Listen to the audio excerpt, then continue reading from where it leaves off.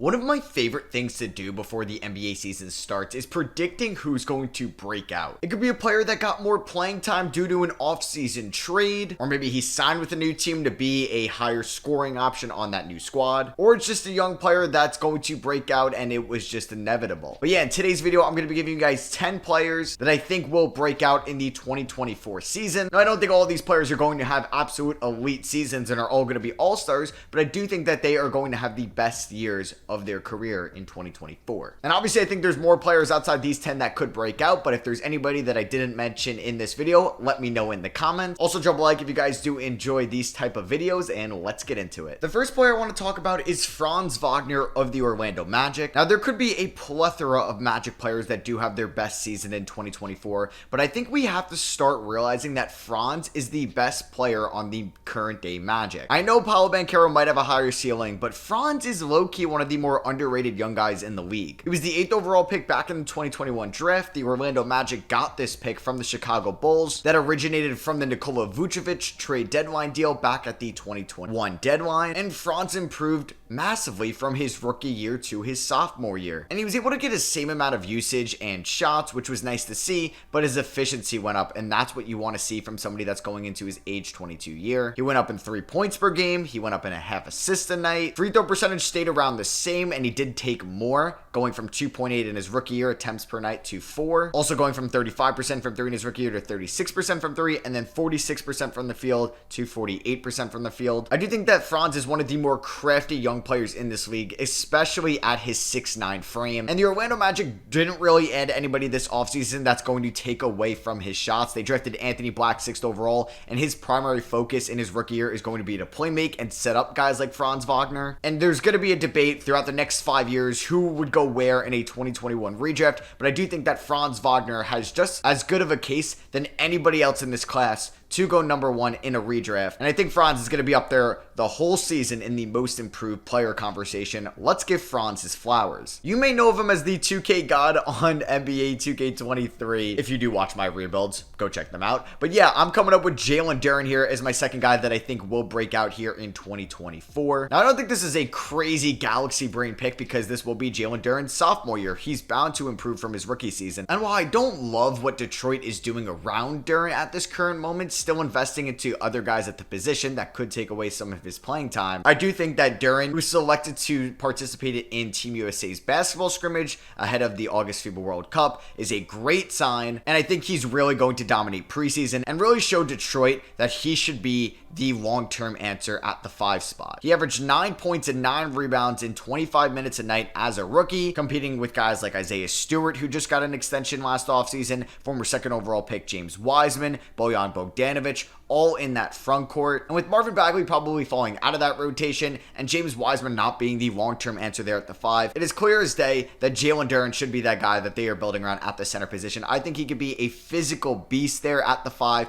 and be a perfect modern-day center at 6'10", 250 that has crazy athleticism. That's kind of modeled like Bam Adebayo, and that's what the modern-day rim-protecting center wants to look and play like, that I think Jaylen Darren could eventually become, and I really think he's going to have an incredible sophomore year, and we have to include him in that conversation of really up-and-coming big men in this league that have next once guys like Rudy Gobert, Brook Lopez, and Clint Capella, as that kind of center group gets older and fizzles out. I think Darren could slide in right there with other guys at his position to really be that next tier of centers after Joel Embiid and Nikola Jokic. And oh yeah, I'm just so excited to watch Darren play a full season with Cade Cunningham because he did all that as a rookie with really no true point guard. It was Killian Hayes. It was tough to watch. So I'm really excited to see Jaden Ivey get even better and Cade Cunningham be fully healthy, and Asura Thompson as well, who's a good playmaker at the small forward spot to really set up Jaylen Darren in his sophomore season. This one is going to be a popular pick, and coming in here is going to be Alperen Sengun of the Houston Rockets. I mean, how can we not talk about Sengun? What he did from his rookie year to his sophomore year was just absolutely special, especially on the offensive end. He averaged 9.5 points as a rookie. Well, that went up to about 15 a night as a sophomore. He went from 2.6 assists to 3.9 assists,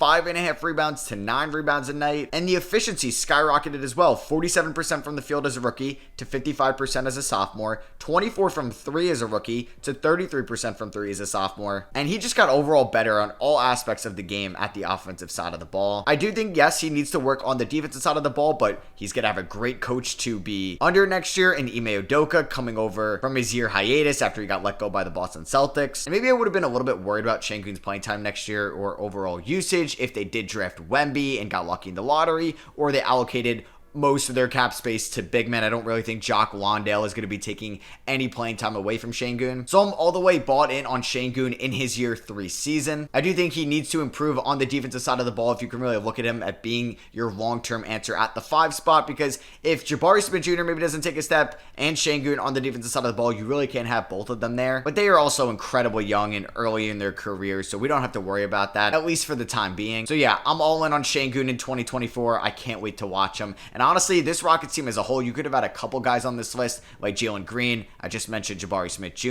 And I think Tari Eason, that's going to be a fun Rockets team next year for sure. The San Antonio Spurs are going to be one of the more watched teams next season due to them drafting Victor Wembanyama with the number 1 overall pick. But I think we're really going to realize that Devin Vassell is a special young player in this league. He broke out in the 2023 season. Now, it was an injury-riddled year, only playing in 38 games after playing in 71 in the 2022 season. But Vassell could really be one of the better 3-and-D guys under the age of 25 years old. Last year, in 38 games, he averaged 18.5 points, 3.5 assists, 3.9 rebounds, and shot 44% from the field, 38% from 3 on 7 attempts a night, and also shot 78% from the line. A lot of those stats being career highs. And I think there's a good chance that he could be the number 1 scorer on the Spurs team next year. Yeah, I think he can average more points per game than Wemby or a Keldon Johnson. I also really like Devin Vassell's finishing at the rim as well. I really like Vassell coming out of Florida State. I thought this was a great pick at the time for the San Antonio Spurs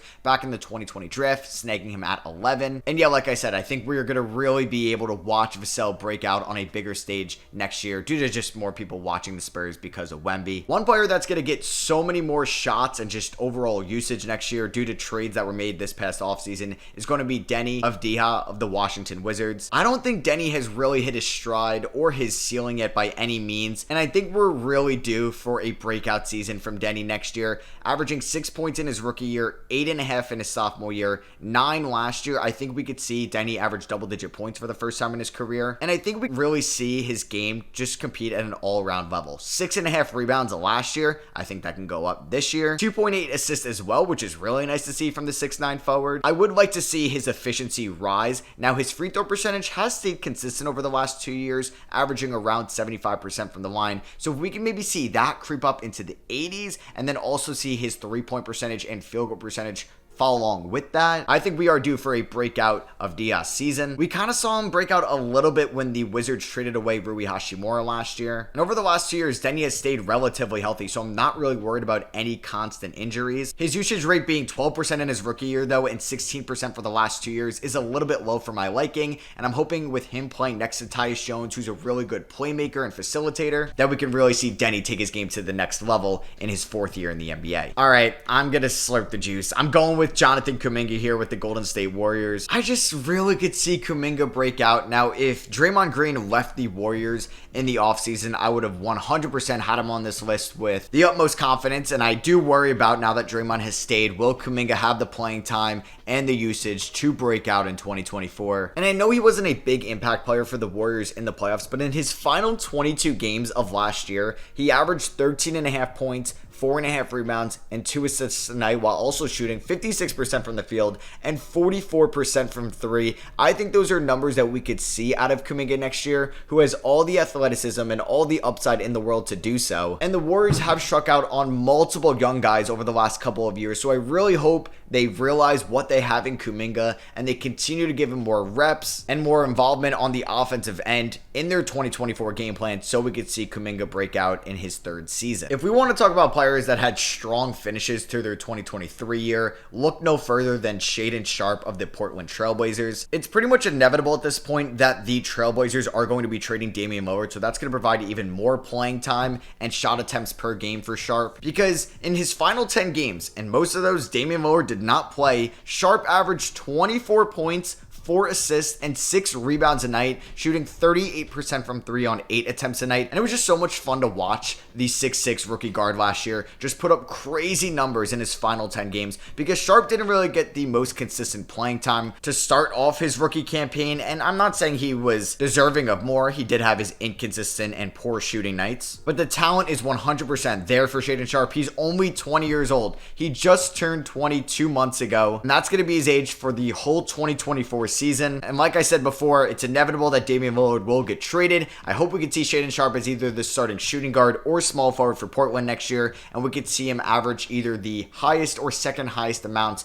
of shots per night for this young and up-and-coming eventual Trailblazers squad. Similar to Deni Avdija and Jonathan Kuminga, I really hope this forward gets a good amount of playing time and shots per game next year, and that is Trey Murphy of the New Orleans Pelicans. Murphy in his sophomore year at age 22 averaged 14.5 points, a 9-point per game jump from his rookie year. He also averaged 3.5 rebounds and 1.4 assists a night, and also giving you 1.1 steals a night. But when you look at the efficiency of Trey Murphy, you could really see a special player in there. He shot 48% from the field, 40% from 3, and 90% from the line. This guy is a straight shooter. He's one of the more efficient young players in the league. And the Pelicans do have plenty of wings at the moment, with Brandon Ingram and Zion Williamson leading the show, and then they also drafted Jordan Hawkins. They extended Herb Jones. But if you watch Trey Murphy's final 15 games in the regular season for the Pelicans, you could see a special player. He averaged 22 points over those 15 games, shooting 51% from the field and 45% from 3 and 90% from the line. This guy is just so much fun to watch on the offensive side of the ball when he's on. And he averaged 31 minutes a night for the Pelicans last year. I kind of want to see more from him next year, so let's hope Willie Green gives him those minutes. Similar to Jaylen Darren, who I talked about in the beginning of the video, I'm going with a second-year center by the name of Mark Williams on the Charlotte Hornets. Now, Mark Williams does play in Charlotte, so he's always going to kind of be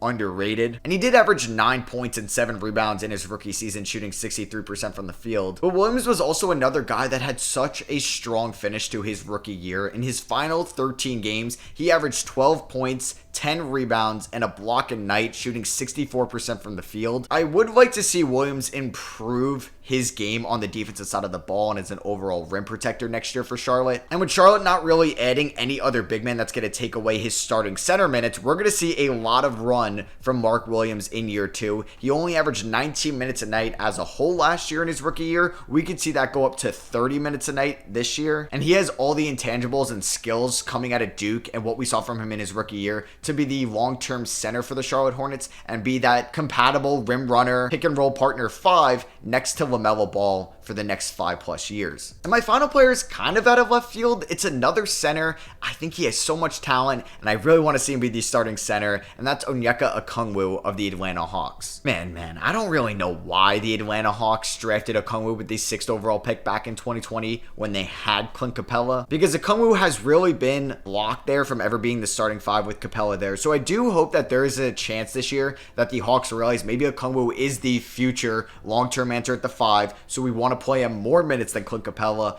or maybe there is a Clint Capella trade eventually. And there was just such a good 11-game stretch that was locked in on Okongwu from March 11th to April 2nd, where he averaged 14 points, 7.5 rebounds, 1.8 blocks a night, shot 76% from the field, and was just kind of dominating on both ends of the floor. And he's only 22 years old. Atlanta, give more playing time to Okongwu. I know you can't have him and Capella out there at the same time, but the Hawks did trade away John Collins this offseason, so maybe we're going to see some more playing time for Okongwu. And maybe this is wishful thinking, but I just hope that we could see Okongwu in a bigger role in his 4th year before he hits restricted free agency, because I think he could be a really special 5 next to Trae Young and DeJounte Murray in that starting lineup. So I hope you guys did enjoy that video. Let me know if there were some guys that I didn't mention in the comments below. And trust me, I do think guys that you're going to mention in the comments like Quentin Grimes, Jalen Green, Corey Kispert, Tyrese Maxey, Obi Toppin, Patrick Williams, and others can break out next year. I just decided to go with these 10. So yeah, like I said in the beginning of the video, if you guys do enjoy this style of content, I would appreciate you dropping a thumbs up. I love you guys, and I'll catch y'all on the next one. Peace.